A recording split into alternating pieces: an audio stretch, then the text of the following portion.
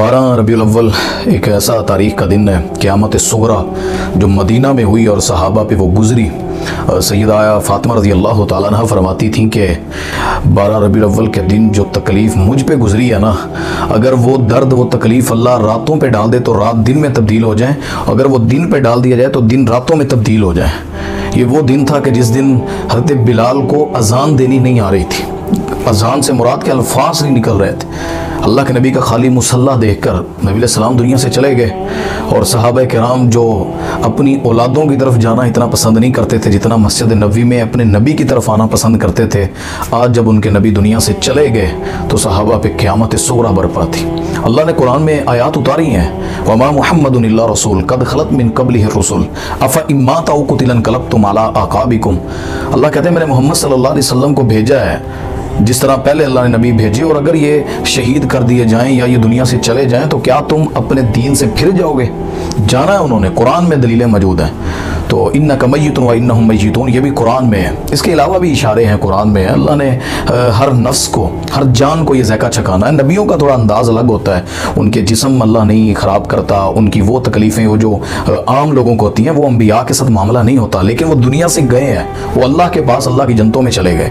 लेकिन वो दिन जो क़यामत सुगरा सहाबा में थी वो ऐसा था कि उस दिन मैं नहीं बयान कर सकता कि वो अल्फाज के सहाबा किराम में उमर इब्न ख़त्ताब जैसा है। इतने ज़हीन व फ़तीन सहाबी कहते हैं कि जिसने कहा कि आज अल्लाह के नबी दुनिया से चले गए हैं मैं उसका सर कलम कर दूंगा। तो वो गम था, वो 12 रबीउल अव्वल का दिन था। मदीने की कैफियत थी, अल्लाह के नबी सल्लल्लाहु अलैहि वसल्लम की ऊँटनी वो मदीने में गलियों में कभी इधर जाती है कभी इस तरफ रुख करती है। सहाबा पकड़ते नहीं क्योंकि वो भी अपने सवार को तलाश कर रही होगी कि वो कहाँ चले गए। सहाबा किराम तो इंसान थे, वो तो जानवर थी एक जो ऊँटनी है, तो उसकी ये कैफियत है तो इंसानों की क्या होगी। नबी पाक सल्लल्लाहु अलैहि वसल्लम दुनिया से गए तो सहाबा के रंज वो गम। गोदे आयशा थी, नबी सलाम सैयदा आयशा के हुजरे में ये गर्दन और ये सीना जो इसके दरमियान इस जगह पे नबी सलाम सर रख कर सैयदा के लेटे हुए थे। शहादत की उंगली उठाई हुई है और अल्लाहुम्मा बिर्रफ़ीक़िल आला ये दुआएं कर रहे हैं, और दुआ करते करते नबी सलाम की उंगली नीचे आना शुरू हुई। और सैयदा फरमाती मुझे महसूस हो गया कि अल्लाह के नबी सल्लल्लाहु अलैहि वसल्लम का विसाल हो गया। इन्ना लिल्लाहि व इन्ना इलैहि राजिऊन। नबी सलाम दुनिया से चले गए और वो कैफियत उस माँ को पता है हमारी कि उन्होंने जब पर्दा हटा के मस्जिद नबी में जो सहाबा मुंतज़िर थे उनको पैगाम दिया कि तुम्हारे नबी आज इस दुनिया से रुखसत हो गए, अल्लाह के यहाँ चले गए। तो उन सहाबा पे जो गुज़री वो कैफियत बयान कोई नहीं कर सकता है। हम तो इतने सालों के बाद अगर अपने किसी प्यारे का तज़किरा कर लें, फैमिली मेम्बर का, तो हमारा दिल फटने को आता है। तो वो तो रब्बुल आलमीन के पैगंबर हैं, सैयदुल अंबिया हैं, वो कायनात के सरदार हैं, औलादों से ज़्यादा महबूब हैं। वो हमें अपने माँ बाप से ज़्यादा, दुनिया से ज़्यादा, अल्लाह के बाद जिनका मर्तबा वो नबी हमारे। तो 12 रबीउल अव्वल क़यामत सुगरा का दिन है।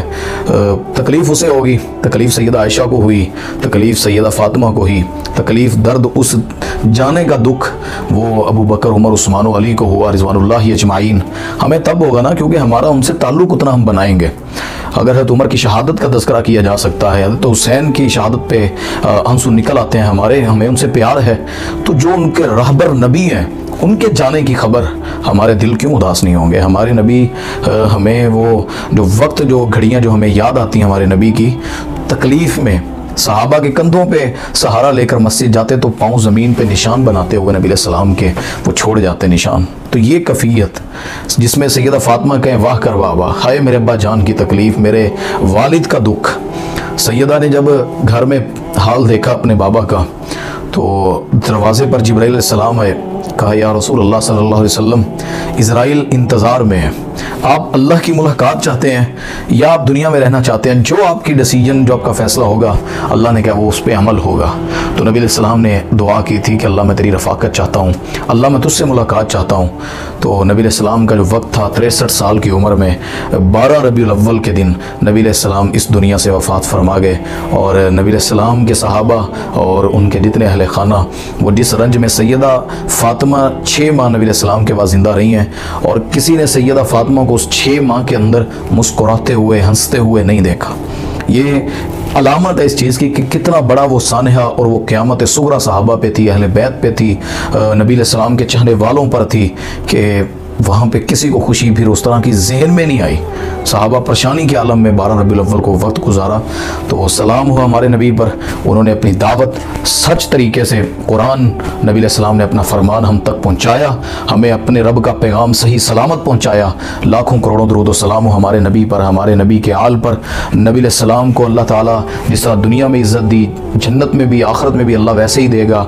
और हमारी भी दुआ है कि अल्लाह हमें हमारे नबी के साथ क़यामत के दिन खड़ा फरमाए और उनके साथ ही क़यामत के दिन जन्नत का दाखिला नसीब फरमा दे।